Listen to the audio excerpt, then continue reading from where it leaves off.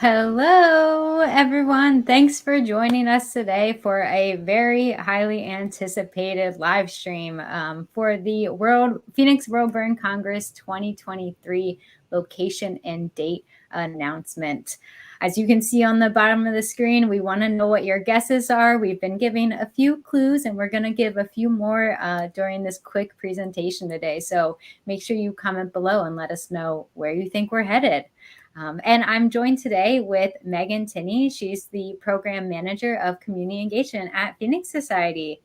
Thanks for joining, Megan. Yeah, thanks, Rachel, for having me. I'm really excited to be here today.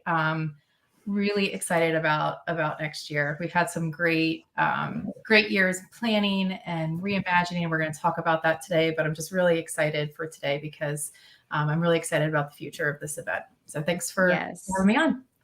Yes. And if for those who don't know, Megan is the behind the scenes guru of the conference. She's been, you've been with the conference for years and years now, but she is the one who's making all the magic happen behind the scenes. So I'm happy you could join us and give this surprise announcement. That's coming a little later. We have a few things to cover first, but I know everyone's really excited. And I see we have some Miami, we have Philadelphia, New York. I don't know. I guess you'll just have to wait and find out where we're going. Yep, absolutely.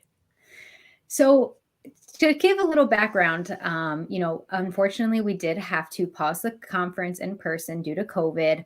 And then last year, we decided to survey the community. We wanted to get, we've been running the conference for years, Megan. I know you know the history a little bit more than I do, but it's time to reevaluate, find out what was most important to our community and what we should do for the conference and what mattered most. So we're going to kind of dive into, before we announce, a little bit behind the scenes and what's next. As you can see, it says Reimagined at the bottom of that logo. So I'm going to kind of, go ahead. I was going to say, thanks, Rachel. We, over the last few years with COVID, we learned a lot. I think all of us learned a lot about a lot of different areas, but we learned a lot about how our community wanted to connect, some of the barriers to connection, and ways, and we really strategized within the team, outside the team, learned a lot from other people about how we can reach more people and serve more people in the way that they want to be served. We realized, though, that in-person engagement is so important. We know this. You guys told us this. We've heard it over again. We just needed to wait until the time was safe for us to do so and to gather in a responsible way. So the first start of this was that we sent out the survey early this summer. We had a great response. You guys care so much about this program and you really wanted to give some feedback. So these are some of our results.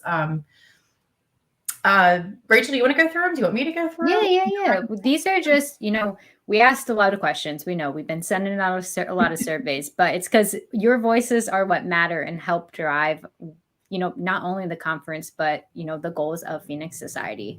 So, this is just kind of a quick overview of what we found.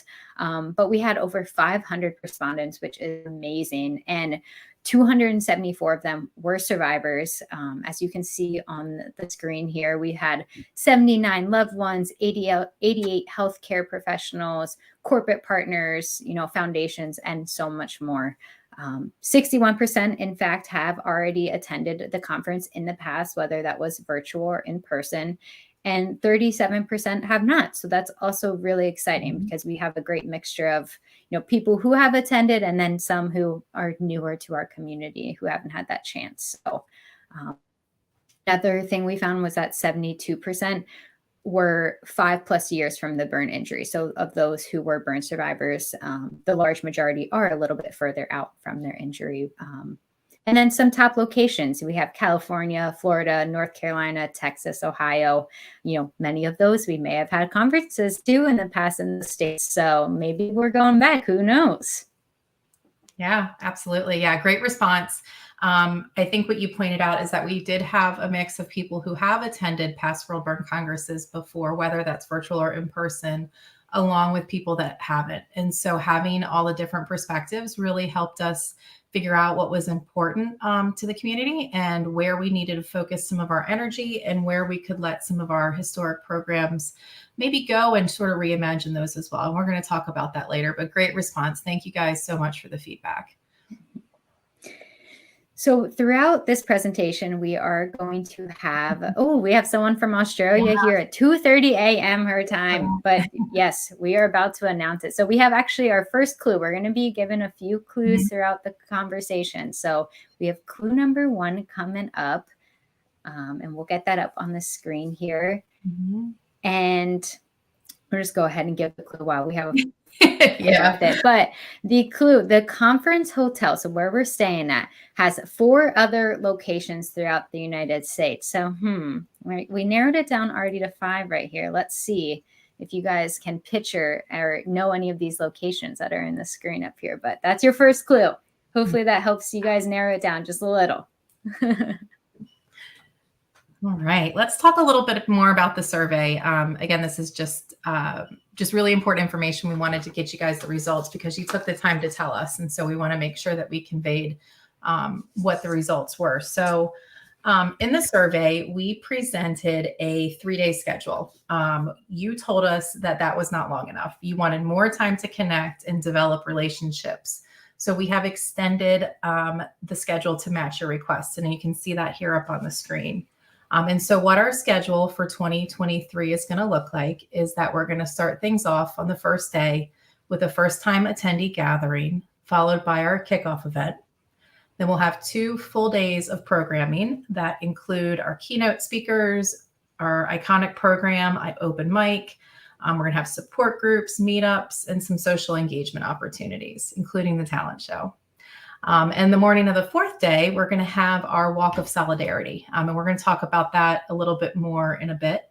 But we're going to have a walk of solidarity followed by a community celebration. One of the other things that you guys told us was that spending time in the host city was important. So we wanted to be sure to give attendees plenty of time to be able to do that. So we're going to leave that afternoon open for you guys to explore with explore with other like with other attendees, or go check out the host city, or whatever that looks like for you. You can even just stay on site and continue to connect and engage. Yeah.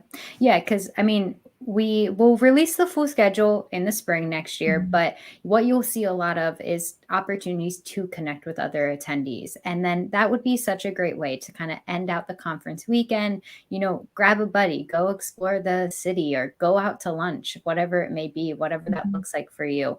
But yeah, I'm really excited just to have, a little bit more free time to get to know one another. We know those connections, though, at friends are long lasting and forever friends. And we want to make sure everyone has the opportunity to make those. One of the other things from the survey is that we presented a lot of different scenarios about how often we would hold the event. And the option that raised up to the top was a biennial event. I always get confused when I say biennial. So let me explain what that means. That means that we're going to be holding our annual World Burn Congress in an every other year pattern. So we'll hold it in 2023, 2025, 2027, and so on. This really helps make this event sustainable for our organization, and also allows other organizations who I know are on here today. Valerie, I saw you comment. Thanks for being here. We work, a lot of the organizations that are here in the country, hospitals, foundations, individuals, really do a lot of work to help support attendees to be able to attend. And this every other year pattern gives them and us an opportunity to help fundraise, to be able to support the attendance as much as possible. So what's going to happen in those off years, in those every other years that we're not having a World Burn Congress? We're still exploring what that looks like, but we do know that engagement's important. We know in-person engagement's important. And so we're exploring what that looks like in the years that we're not holding a national event. Yeah. And some other things, we found too, were that we know there's some most popular, most demanded sessions like open mic. Don't worry, that's not going anywhere. It might look a little different, but we will still have open mic. We know everyone loves that. I love it. It's always my favorite session. So it's not going anywhere. But we also, we'll kind of dive into some more topics here in a bit that we found were really important. But like I said, structure still time matters. And as Megan said, having that every other year cadence does allow us to expand some of our virtual offerings as well. Mm-hmm. We know those are, especially to those survivors who are newly injured or, still maybe even in the hospital getting, physically recovering. We're not letting go of those. We're making the best of both worlds. Mm-hmm. Absolutely. Yeah. I mean, that was one of the key findings from the survey, is that virtual options are important to everybody, particularly those that are closer to the time of their injury. So in the next coming years, we're going to be having a specific focus on creating more digital content and virtual content that's relevant to people that are closer to their time of injury, because we know that that's really an important piece. And like Rachel said, even on the years we do have Phoenix World Burn Congress, we're still holding a lot of virtual events because we know that not everybody can attend. For whatever reason, that, there's many reasons. And we understand that. We want to make sure that we are offering ways for people to connect and engage throughout the year. So things like our Phoenix Engage series that kicked off this year, the online burn community that's on Facebook, peer support chat, virtual support groups. And there's some more things that are coming next year. Some new services and programs that are going to be digital that I'm really excited when they get up and going. We can talk more about them. Yeah, and we see guesses are still coming in. Well, we're about to give clue number 2. So I don't know if this will be helpful. I wasn't 100% sure, but here we go. So the location of the event is located on the East Coast. I know some of you were guessing the West Coast. So it's on the East Coast and is located next to the body of water shown below. So let's see if anyone knows what body of water that is and where we're headed. It's awesome. I sure wouldn't know looking at those photos. I'm from the East Coast, so I know a lot of the areas, and this one tripped me up a little bit, so it's a good clue. Awesome. So again, I want to talk a little bit more about the survey because it's really been the foundation. We heard from you. We want to make sure that we're reflecting what you've told us. So in the survey, we had a list of programs that were offered in past World Burn Congresses. And we said, or different components of a World Burn Congress, and said, rank these for what is the most important to you. Overwhelmingly, structured social time is one thing. And so you think about something like the talent show or the kickoff event. You want to connect with each other, and you're asking for us to create the environment for you to be able to do so. Content and time to learn new things and have new experiences. This says to me that those learning sessions and wellness center sessions are really important to you. This is an opportunity for us to gather experts in the area. And and Siri's talking to me. Hello, Siri. This is an opportunity for us to work with our partners and gather experts in different areas of content, and they can share that with the community in a broad setting. And we're really excited about that. Support groups are really important, especially groups with topics or lived experiences that you don't have access to in your home community or even virtually. So some of our past support groups that were for adults that might have been burned as children, or those in our community that may have been burned by abuse. These are some of our specialty support groups that you all have spoken and said are very important for us to continue with. And then, of course, we have our iconic open mic and inspirational speakers. Open mic, for those that don't know, is an opportunity for you to share your truth and find healing through other people's stories. It's an engaging event. It's an emotional event. It's an amazing event. So, of course, that's gonna continue on. Inspirational speaker. You guys love hearing from members of the community on the main stage, and that tradition is going to continue. Mm-hmm. Definitely. Yeah. I mean, our community is filled with so many experts, so many amazing stories, and I'm excited to have so many great opportunities to, pull on members of our community, share those inspiration and motivational stories. And these are some of the session categories that you may see at the conference. So we dove in a little bit further into our learning sessions because we knew that we needed to reduce the number of sessions so we could really focus on the content that you told us was most important. So this helps us cultivate and create content and seek experts in the areas that matter to you. So these are the top session categories that were revealed with the survey. So content that falls into physical aftercare. So think about strategies for helping to manage pain or itch, or some of the chronic needs as a burn survivor, chronic issues you may experience as a burn survivor. Those would fit in this category. Programs and content that surrounds mind, body, and spirit, relationships and community, healing and recovery. And so we're going to focus our attention on cultivating content and creating and pulling in experts and people that can talk with you guys about content that falls into these areas. Mm-hmm. Definitely. Mm-hmm. Then we have one other, Reimagined event. Yeah. So if you've been to the conference before, you may remember our Walk of Remembrance. Well, we're giving this next year, and we're going to have a Walk of Solidarity. So Megan, can you tell us a little bit more about what that'll look like? Yeah. So as a community, we heard that the Walk of Remembrance was something that was honored and well valued, but we also wanted an opportunity as a community, because part of PWBC, which you guys told us, was that you're part of a larger community. So how can we show our strength in numbers? And one of these ways is transforming or transitioning our Walk of Remembrance into a Walk of Solidarity. And while we can remember those that we have lost and our own losses, we are also going to celebrate our large community and our community voice, our united voice. We're going to be walking for representation, a voice for what matters to those that are impacted by a burn injury, and advocating for burn prevention. So it's going to be a little bit of a shift from those that may have attended in the past before. But this is a really exciting direction for us to be able to highlight the strength in our numbers. And you are part of a big community. Mm-hmm.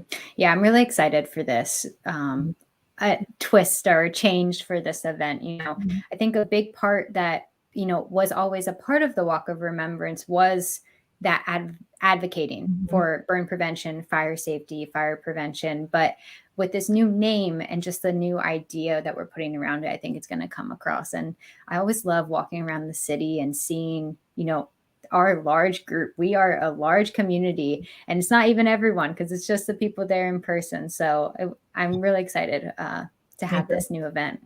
Me too. Awesome. Speaking of that, next clue.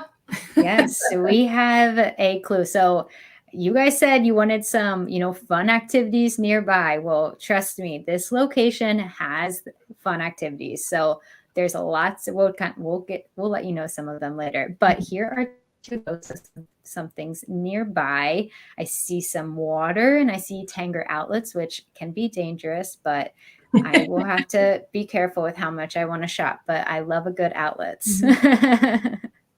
Awesome. Yeah, keep putting comments in there if you guys have any more ideas or if you're getting closer.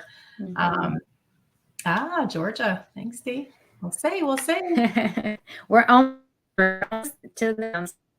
We wanted to give you guys a few more examples of how we are reimagining it, and we'll dive into them. There is more coming. This is just a quick live stream update from the survey, but we'll have so much more information coming out. It'll be available on our website.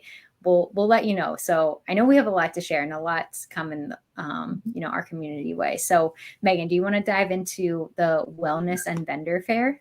Absolutely. Yeah. So we know that both of these areas, so think about our exhibitors and our really valued partners that we've had in the past, and our amazing wellness area that's gotten developed over the last couple of years.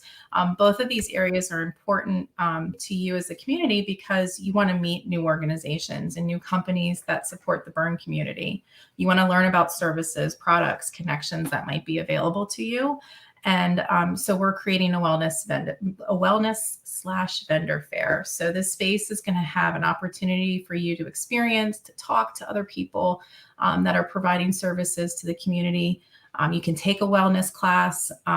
You can learn a new or re-experience a skill that you can take with you after PWBC ends. It's just an opportunity for people to interact with others that are serving the community. I'm really excited about this. Same. I'm really excited about it. about that too. And like you said, learning new things and engaging and connecting. We've talked a lot about it, but you mentioned this first time attendee event, what that'll be held on the first day. So tell me a little bit more about that. Absolutely. So we have been even more intentional than normal about planning our engagement opportunities, both before the event, during the event, and after the event, because we know that it's not just a one-time thing. We want you to stay connected with the community so that nobody's recovering alone. And so we heard loud and clear, first-time attendee event. That was one of the big struggles that a lot of people voiced. So we know people are overwhelmed the very first time that they attend the event. So we want to make your experience as supported as possible. So we created this first-time attendee event. You're going to learn there how to navigate PWBC, what are the different types of sessions, who you might see, how you can get support, etc. But before the event, we're going to start off with even setting up a webinar for Know Before You Go. So you can know what to expect and to plan ahead for the best conference experience. We're going to talk a little bit more about some of the other ways that we're going to engage our attendees, but this is sort of a robust first-time attendee experience, plus our first-time attendee table that is lovingly supported by some great members of our community that want to help and give back to new members of the community. Definitely. It's always nice too to have that dedicated time if you've never been, and even if you've been to the conference before, it's going to be a little bit different, but it's just nice to have a gathering to meet some other new folks. I know when I've gone in the past, sometimes it's like, oh, well, where is this room? Where am I supposed to be going right now? So it's just nice on that first day, make a friend or two, and then, get their cell phone number. That way you can stay connected and meet up and go to events together. I know we're also kind of starting maybe a buddy system at the event. I think this is an awesome idea that I know our community will love. Yeah, so we are looking at pairing up new or newer attendees with veteran attendees before the event so that everybody can start off the event at least knowing one other person. Veteran attendees, you guys are always asking about different ways to give back. This is a great opportunity. Once registration opens, sign up to be a potential buddy for somebody that's newly experiencing this event. Yeah, I love that. It's just like I said, and even just to go to that first keynote, hey, where are you sitting? What can I sit with you? Can we grab a coffee together in the morning? I love this idea. I'm going to be signing up for that because I want to make all the friends and all the buddies while I'm there too. Awesome. Yeah. Anything else you want to add, Megan, that we've kind of reimagined? Yeah. So one of the other things that we really dove into was adding some meetup groups. So we know that support groups are very important, but also our groups that kind of share the same lived experience or a shared interest. So it's not a support group, but a group that supports each other. I'm not sure if that's the right way to phrase it or not. But so think about things that you guys can do on site and share time with each other, connect over, like I said, a common interest or a shared experience that you have. And so this is a great time for people to meet new people, especially if you don't know another survivor that has experienced the same thing you have in your local community. This is a chance for you to get connected with the bigger community. Definitely. Lots more to come too. And we'll continue to make announcements about all the new features that are coming and some of the historical things that are staying. For sure. Yes, not everything. Scare away some of our attendees who have been coming for years and years. It won't be all brand new. There'll be new elements, some old elements. It'll be a great mixture of both. Absolutely. Awesome. Well, are we ready for clue number 4? Okay, this one is a little bit more obvious, and it is some of the nearby attractions of the event. So let's see. I hope this is kind of a clear giveaway of where we're headed. So there are nearby attractions that you may be, 15 minutes away from. So there's a little extra hint. Yeah. Awesome. So by way of introduction, I'd love to introduce Dr. Jeffrey Shupp. He's the director of the Burn Center at MedStar Washington Hospital Center, and Rebecca Alalay. She's the burn rehab therapist at MedStar and the lead Phoenix SOAR coordinator there. So welcome. Thank you so much for joining us today. I think you may be on mute, Rebecca. I hear a little. Maybe you're back now. Can you hear me now?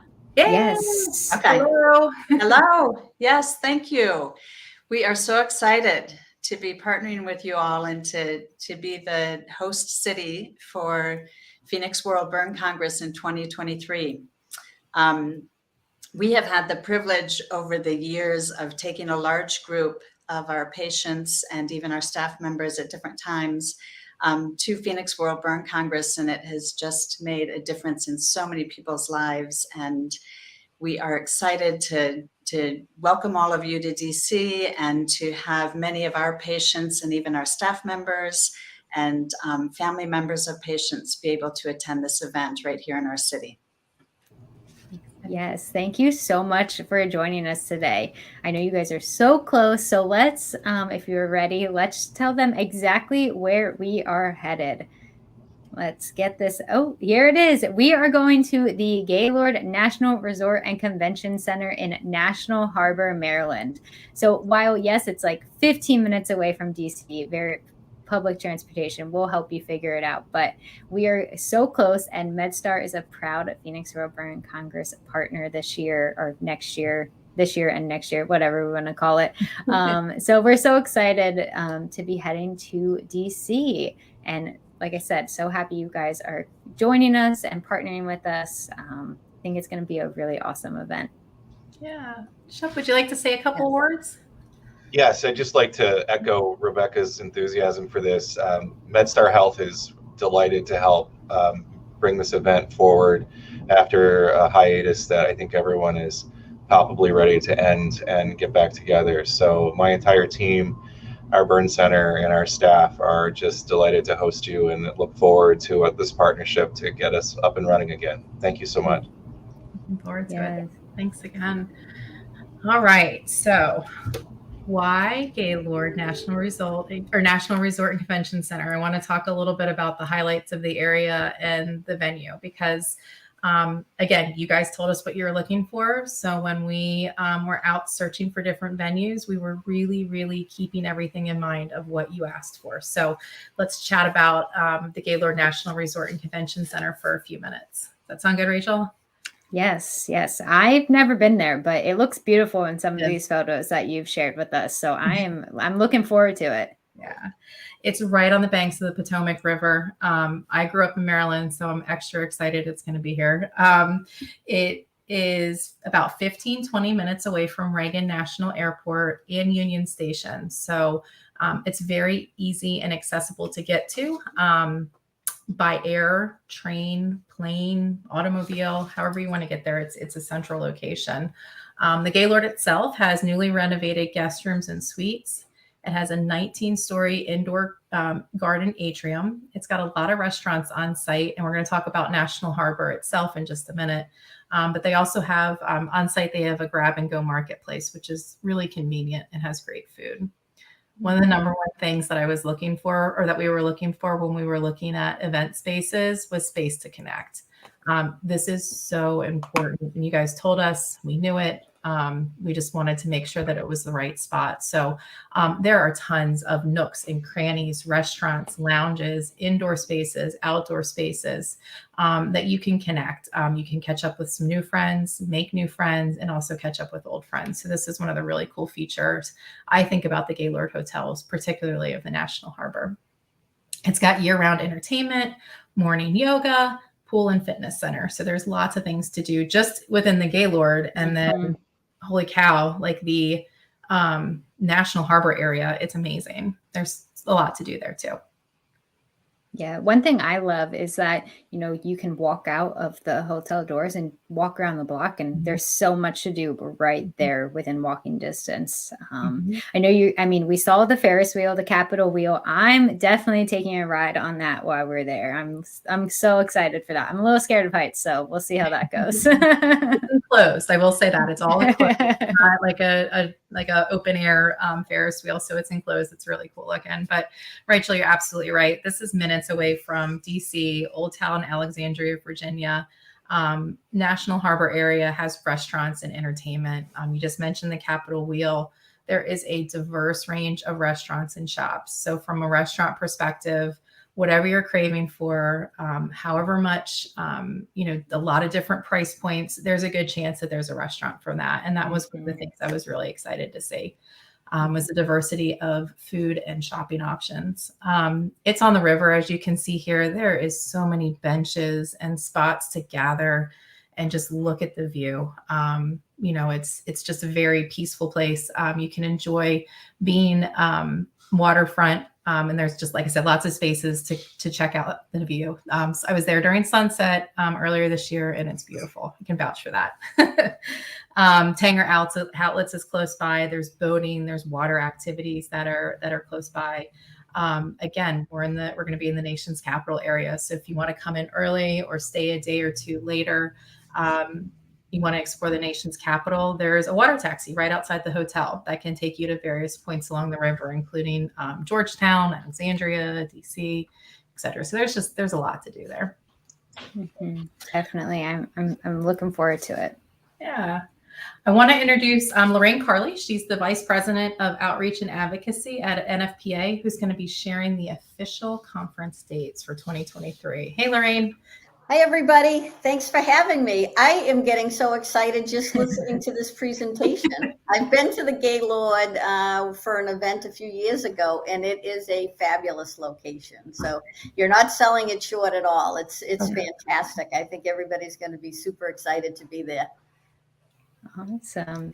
Well, without further ado, let's share with our community the date so you can mark your calendars, because it'll be here before we know it. So yeah, I've been watching all of those exciting comments. So here's the one that's really important. It's October 4th through the 7th. And that's a great date because it actually precedes Fire Prevention Week, which starts on October 8th. So put it on your calendar. As I said, I've seen a lot of people with comments in there. I've seen some friends' comments coming through. So I am looking forward to joining with all of you. The National Fire Protection Association is a self-funded nonprofit, and we have been a partner with the Phoenix World Burn Congress for a number of years.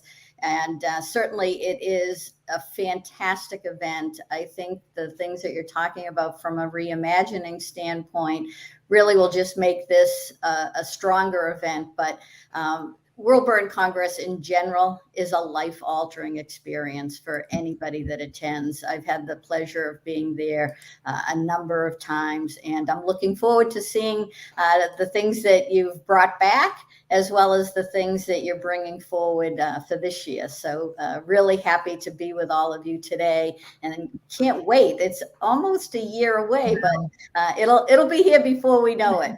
For sure. Yeah. And I always love when the conference, lines up with Fire Prevention Week, because it's so much fun. We have so much enthusiasm leaving the event, and we get to just roll in, and then you get to go home and share all these fire prevention, I know you don't know next year's theme yet, but we will hear sometime. And then, this past year was Plan Your Escape. So it'll be a fun way to, combine our two communities. No, we really appreciate the support of the Phoenix Society in spreading that message and using all of the entire burn community to help us with Fire Prevention Week, because really what we try to do is reduce loss from fire. And so it takes all of us in doing that. And there's no better partner than the Phoenix Society and all of your folks. Yes. Well, we're getting so many comments. Everyone is so excited. I'm so excited. And I'm also glad I didn't spill the beans earlier in the presentation, because I was a little nervous I would accidentally let it out while we were talking earlier. So I'm glad we made it through. Now I can talk about it. Mm-hmm.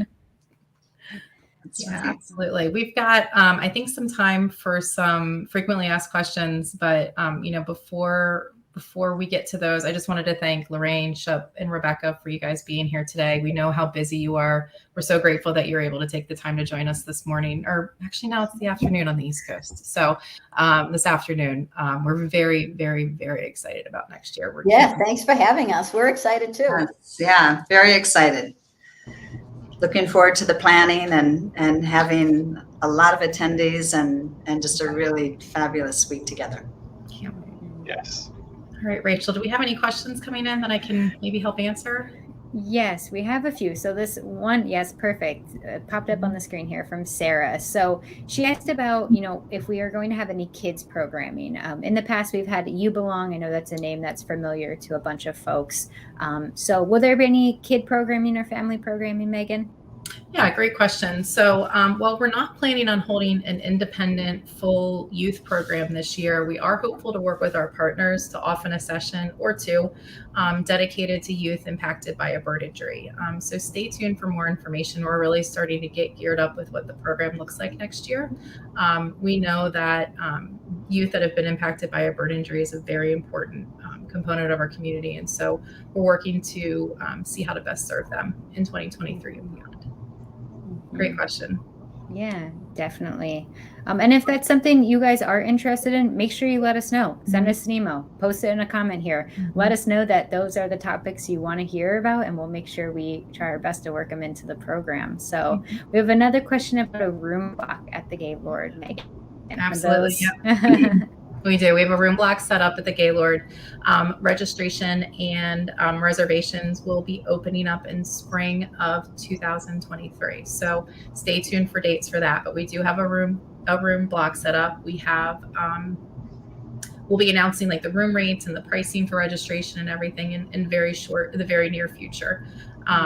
But you'll want to be sure to book within the room block to be able to stay at the Gaylord with the other attendees that are there. Yeah. We've negotiated a discounted rate too to be able to stay there. Yes, so much more information coming soon. We kind of have the easy part done. Now we have all the hard work. We have the dates and the location. Now we just have to put everything together. So I know that's on. You have a lot coming up, Megan. We talked about the room block, and we also talked a little bit about registration, but we will be offering tiered pricing. That was one thing we found out in the survey, was that, that is something our community is offering or interested in. So once we have all of those details work out, we'll make sure you can see on the bottom here, make sure you enter your email at worldburncongress.org. That's how you're going to find out the most up-to-date, in real-time information. When we have it, we are ready to share. Enter your email there to get all of that information. Yeah, I just wanted to make a couple other notes about pricing. One of our goals when we did the survey this year and really looked at how we could reimagine the event was to make sure that the event was sustainable, both for the organization and for the community for years to come. And so we've really tried to look at what things cost and how to really best provide as much as we can to the attendees for a fair price. And so one of the things, though, that we are experiencing, like I think all of us are around the country, is inflation and the rising costs of everything. So as you're planning, and once we announce some of the pricing and the rates and things like that, just know that we are working our best to make sure that we are giving you as much as we can for the money, but also making sure that we are continuing to make the event sustainable for the organization. Definitely. For sure. That's why definitely put your email in there. Make sure you get those real-time updates. We will release like I said, the schedule and registration, all of that room block information as soon as we can, but definitely by the springtime. So mark your calendars, start saving up. We're really excited. I'm not sure if we have too many more questions, but I'd love to know what everyone on the screen is looking forward to. Out of all of these things we talked about, maybe past events, what are you looking forward to at the event? So certainly some of the things that I love about the event is I love the walk. So I'm interested in seeing sort of the Reimagined walk, because that is a great way for everybody to be active together and really brings some energy to the event. So that's certainly one of my favorite things. But just meeting new people, and I've met so many people over the years at World Burn that I continue to see regularly, and they have become strong advocates for fire safety. And so it's just such a wonderful event to bring people together in so many different ways. Yeah, I think you had said earlier, Megan, that there were maybe 37% of the people who responded to the survey who hadn't been to a World Burn Congress before. And that's exciting, because it's just so significant and makes such an impact on people's recovery that having people come for the first time is really exciting to think about. And I will say selfishly for us here at MedStar Washington Hospital Center, we are very excited to be able to have even more of our patients and former patients and their family members be able to participate with it being local, and also for more of our staff members to be able to attend. I really would encourage burn teams throughout the country to send staff to this conference as well, to the Congress, because it really gives you such a good long view of what our patients experience in their recovery. And I'm convinced that it makes you, a better therapist, a better nurse, a better physician. It just really increases our understanding of what a person deals with recovering from a burn injury, which just has a positive impact all around. Plus, DC is a great city. No, I think to follow Rebecca, I'm excited to learn at the Congress. As we've improved a lot of the things that we do in burn care, we're really shifting our focus to aftercare, and to really learn from a group of people to know where our focus should be as we improve this experience for patients and survivors to come, I think is going to be very important. So I echo Rebecca's encouragement. Get your teams together, start planning now, so that there aren't resource issues as we get closer to the event. And it's a huge venue, so hopefully we can fill it up. There's a ton of space there for everyone to come and see each other. Absolutely. Yeah, that's one of my favorite parts, and I think that's what I'm looking forward to the most, is just walking down out of the hotel room for breakfast and just looking around and seeing hundreds of burn survivors around, and we're the majority for once, and that's what I love. I don't know many burn survivors around where I live, so I just love being with my family in that community. It's such an awesome feeling to just feel everyone's presence around you. I love seeing people's faces and their experience, and being able to connect for the first time or the 100th time. It's just a great atmosphere. It brings a lot of energy back to the work that I do personally, and also that I can see being done in the community. I'm just really excited to see that. So, there's a million things I could list. That was like, just make sure you guys go to the worldburncongress.org and sign up for more, to sign up to be alerted when more things come out and more information. Yes. And thank you so much for everyone for joining us and tuning in today. And special thanks to our special guests here on the screen. We're so excited to partner with NFPA and the MedStar Washington Hospital, and to come to DC in the National Harbor. It's going to be such a great event. Like Megan said, make sure you enter your email at worldburncongress.org so you stay up to date. And until next time, we'll see you then. So thank you again, everyone, for joining us. And thank you guys for hosting today. Thank you. Let's see.